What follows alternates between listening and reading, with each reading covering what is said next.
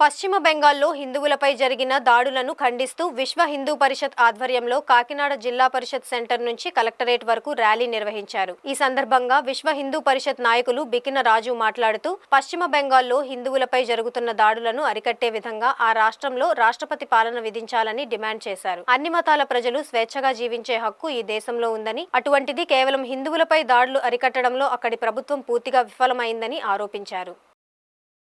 విశ్వ హిందూ పరిషత్ వారి ఆధ్వర్యంలో వివిధ క్షేత్రాలన్నీ కలిపి కలెక్టరేట్ దగ్గరికి వచ్చి కలెక్టర్ గారికి వినతి పత్రం సమర్పించడానికి వచ్చాం. వెస్ట్ బెంగాల్ అనేటువంటిది భారతదేశంలో భూభాగం.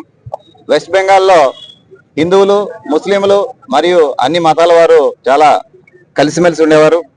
కొత్తగా రాజకీయ లబ్ధి కోసం మమతా బెనర్జీ ఆవిడ ముస్లింస్ ని రెచ్చగొట్టి అది మరొక బంగ్లాదేశ్ గా తయారు చేయాలని చెప్పేసి ప్లాన్ చేస్తున్నారనే విధంగా ఆవిడ ప్రవర్తన పూర్తిగా సాగుతా ఉంది. ఆర్టికల్ 356 ఉపయోగించి ఇప్పటిదాకా భారతీయ జనతా పార్టీ మిజోరం ఒక చోటే అది యూజ్ చేసింది. వెస్ట్ బెంగాల్లో కూడా తక్షణం అది యూజ్ చేసి ఆర్టికల్ ని తక్షణం అక్కడ రాష్ట్రపతి పాలన విధించాలా, లా అండ్ ఆర్డర్ ని అక్కడ మరొకసారి పునరుజ్జీలాగా చేయాలా.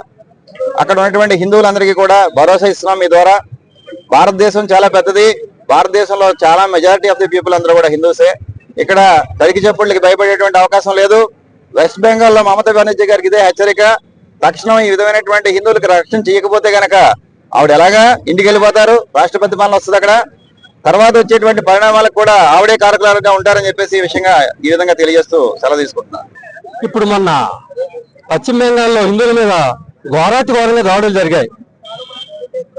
500 కుటుంబాలని బయటకు గెంటేసి, ఇల్లు తగలబెట్టి, షాపులు తగలబెట్టి, ఆడవాళ్ళని మానభంగం చేసి, విపరీతంగా కొట్టి చంపేసి 3 వ్యక్తులు కూడా చచ్చిపోవడం జరిగింది.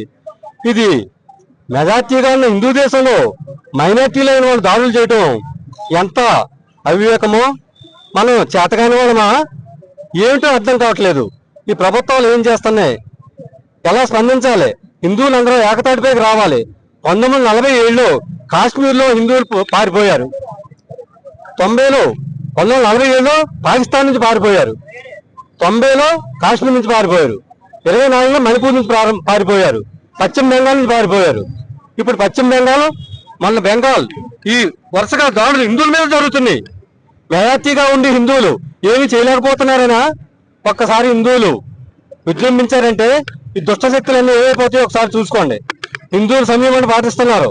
ఈ సంయమాన్ని అలుసుగా తీసుకోకండి, మెతకతనంగా తీసుకోకండి.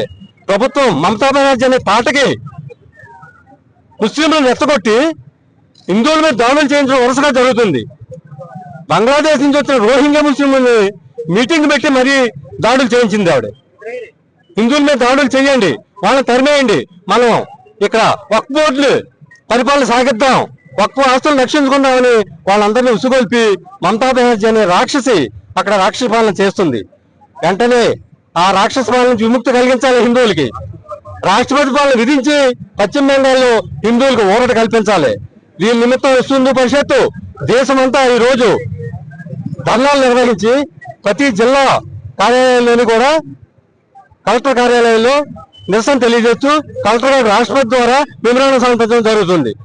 ఇది అందరూ హిందువులందరూ గమనించి ఇప్పుడైనా తెలుసుకోండి, హిందువులు ఏకతాటిపైకి రావాలి, హిందువులు ఏకం కావాలి. హిందువులారా ఏకం కండి అని, హిందువులారా జై శ్రీరామ్.